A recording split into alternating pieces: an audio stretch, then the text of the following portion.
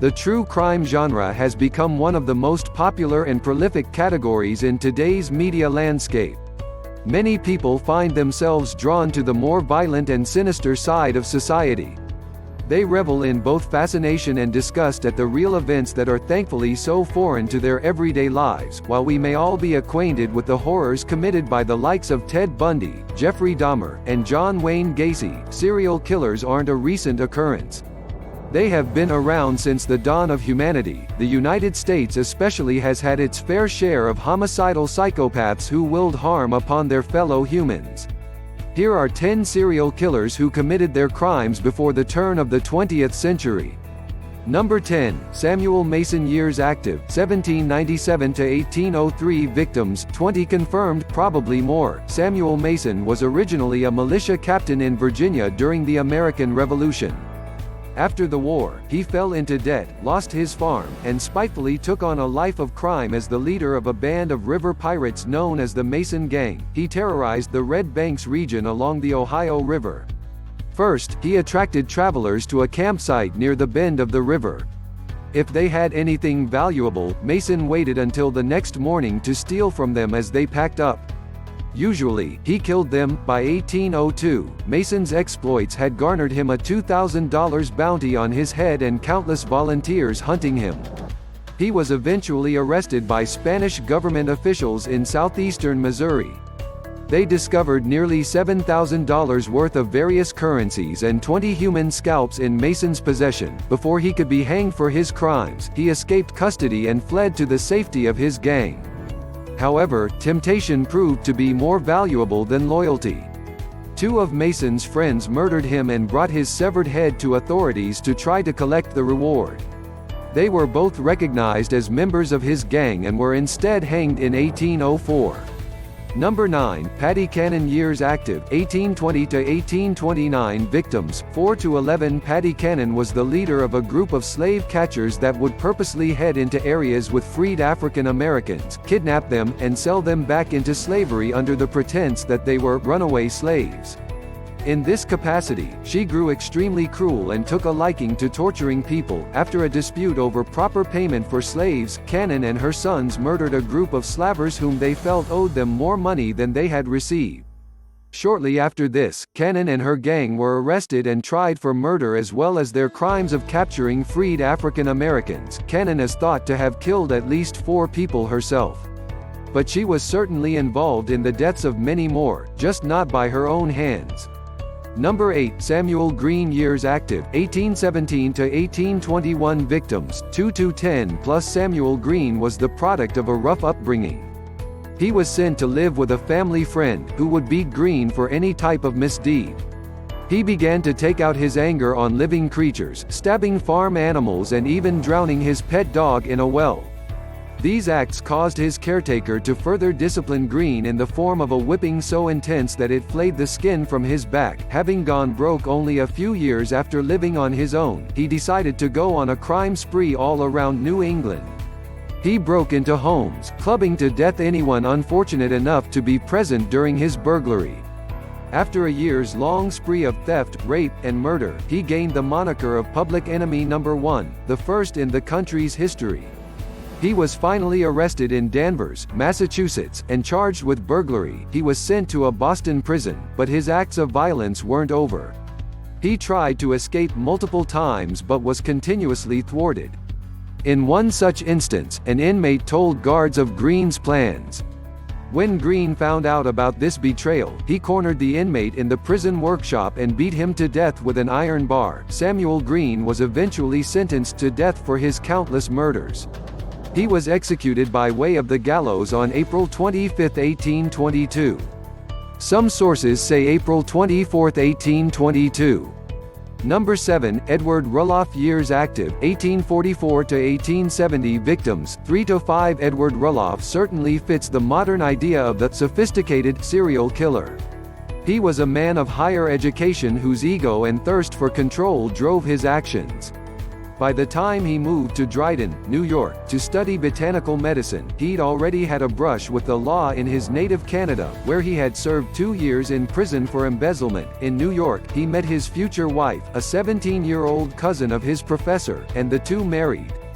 It was quickly realized that Roloff was a manipulative, sadistic, and jealous man. Despite this, the two eventually had a daughter. Less than a year later, Roloff's wife and daughter disappeared without a trace.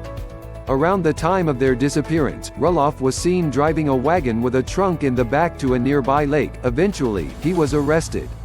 But without any bodies that could be produced as evidence, he was only charged with kidnapping and sentenced to 10 years in prison. He was later informed that he would be tried for the murder of his wife and daughter. After some legal back and forth as to whether it was double jeopardy to try him again, Roloff decided to simply escape from prison. He changed his name, eventually moved to another part of New York, and turned to petty crime. He was finally caught after a botched robbery in Binghamton, New York, in which he killed an employee of the store. After his arrest, Roloff's identity was discovered. Following a highly publicized trial, he was hanged in 1871. Although some sources say that Roloff was the last person executed by hanging in New York State, that honor goes to John Greenwald, who died in 1889. Number 6. Thomas D. Carr. Years active, mid-1860s-1869 Victims, 1 to 15 Thomas Carr was born in West Virginia in 1846. At age 15, he enlisted in the Union Army during the Civil War to escape his abusive father. While working as a coal miner in Ohio in 1869, Carr began to court a 13-year-old local girl named Louisa Fox, aka Louisa Fox. Although Carr was 10 years older than Louisa, her parents initially agreed to Carr's proposal of courtship. Then they began to hear stories of Carr's history of violent outbursts and mood swings. When Carr heard that the engagement was to be called off, he waited for Louisa as she walked home. Carr approached the young girl, kissed her on the lips, and then slashed her throat with a straight razor. Following this, he returned to his home and attempted to kill himself. Unable to do so, he was arrested the next day. While in custody, he confessed to murdering Louisa and another 14 men earlier in his life. Carr was executed by hanging on March 24, 1870. Number 5. Lydia Sherman. Years active, 1864 to 1871 Victims, Lydia had a habit of marrying men, getting their wills changed in her favor, and then inheriting their money after they mysteriously fell ill and died. Her first marriage resulted in the deaths of her husband and their 6 children, all of whom perished from unknown illnesses, attributed at the time to typhoid fever. The deceased were later found to be victims of arsenic poisoning. Her second marriage ended in the death of only her husband, an elderly farmer and fisherman with a considerable amount of wealth. Her final marriage resulted in the deaths of her husband and his 2 children from another marriage. In her confession, she revealed that her final husband's death was accidental and that she had only meant to poison her stepchildren. Lydia escaped from prison but was caught less than a year later. Only months after her recapture, she fell severely ill. Lydia Sherman died in prison on May 16, 1878.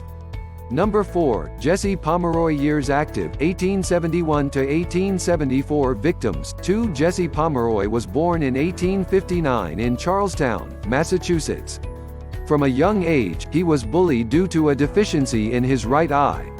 It caused a white film to cover his pupil entirely and repulsed many people who met him. As a result, Pomeroy was bullied incessantly. In turn, he began to bully and torture those around him who were smaller or weaker than he was. In 1872, he and his family moved to South Boston. 2 years later, he murdered a 4-year-old boy and left his mutilated body in a marsh in Dorchester Bay. Authorities linked Pomeroy to the murder by tracks left near the body that matched perfectly with a pair of his boots. Once caught, he provided a full confession. He even admitted to murdering a 10-year-old girl the previous March and burying her under an ash pile. Pomeroy was found guilty and sentenced to death. At the time, the governor of Massachusetts refused to sign off on his death warrant as Pomeroy was only 14. He spent the next 58 years of his life in prison until his death in 1932 at age 72.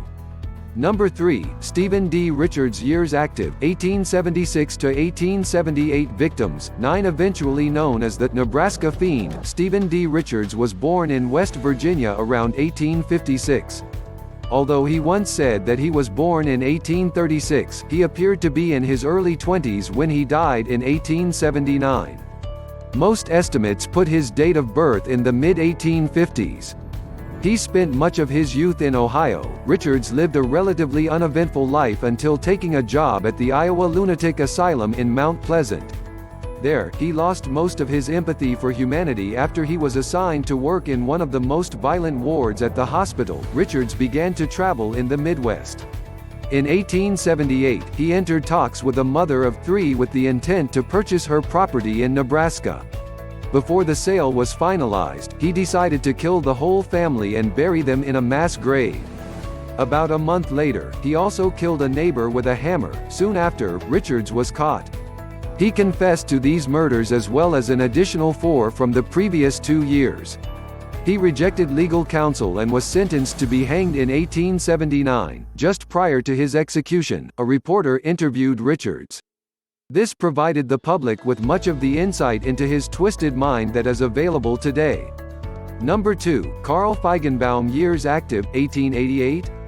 -1,894 victims, 1 confirmed, most likely more. Carl Feigenbaum is an interesting case. He was not an American-born killer. Instead, he was a German-born sailor. It was in the United States, however, that he was tried and convicted of murdering his landlord. He is relevant in the annals of history because he is suspected of being one of the most notorious serial killers of all time. Jack the Ripper, the first person to suggest this was his lawyer.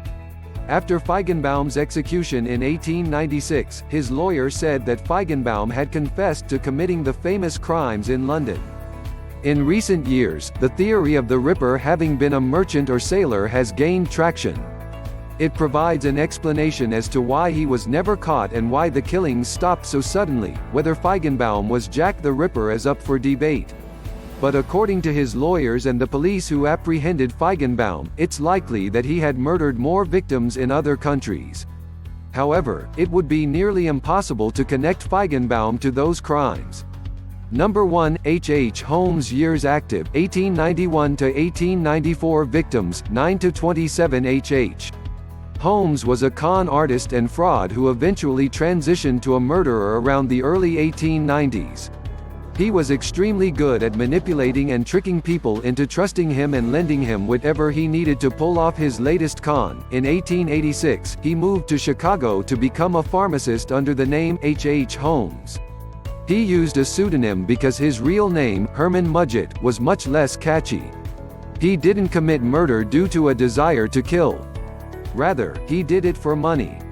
Besides seducing women, gaining access to their assets, and then killing them, Holmes took out life insurance policies on some of his employees and collected the money after they met an untimely demise. The most famous aspect of his murders was his so-called murder castle. Holmes claimed to be constructing it for use as a hotel during the 1893 World's Columbian Exposition in Chicago. The upstairs was a maze of rooms and hallways. Some went nowhere. However, certain rooms had chutes that led to the basement where the bodies of his victims were cut up and disposed of in various ways, including in vats of acid. Holmes was finally caught and eventually hanged in 1896. He was officially linked to only 9 murders throughout his career, but no one knows exactly how many victims died in the hotel. Some estimates say around 27, but it's likely that the number of victims was much higher. Hope you like this video. Kindly like, comment, share and subscribe this YouTube channel for more interesting videos. Thank you.